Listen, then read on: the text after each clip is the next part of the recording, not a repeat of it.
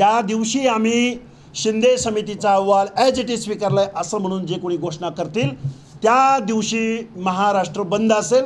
महाराष्ट्रामधली 50 ते 60% लोकसंख्या इथल्या राज्यकर्त्यांचा करेक्ट कार्यक्रम लावेल. आतापर्यंतच्या इतिहासामध्ये अनेक मुख्यमंत्री कोण गेले शरद पवारांपासून, मात्र आत्ताच एवढ्या मोठ्या नोंदी देतात म्हणजे कुठं तर फडणवीसांच्या काळात ओबीसीचं आरक्षण संपवायचा घाट घातला जातोय का? नाही, माझं म्हणणं असं आहे, आजपर्यंतच्या अनेक मुख्यमंत्र्यांच्या कालावधीमध्ये अशा पद्धतीचं एक्झर्शन झालेलं होतं.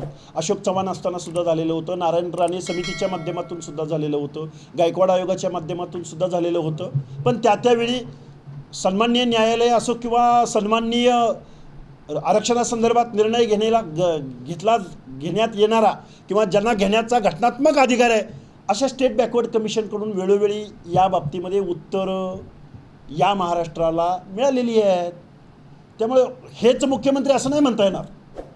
याच्या अगोदरच्या अनेक मुख्यमंत्र्यांनी तसे प्रयत्न केलेले आहेत. एवढ्या प्रमाणात हे जर ॲज इट इज स्वीकारलं तर मग मात्र घटनाबाह्य हे आरक्षणामधली घुसखोरी आहे.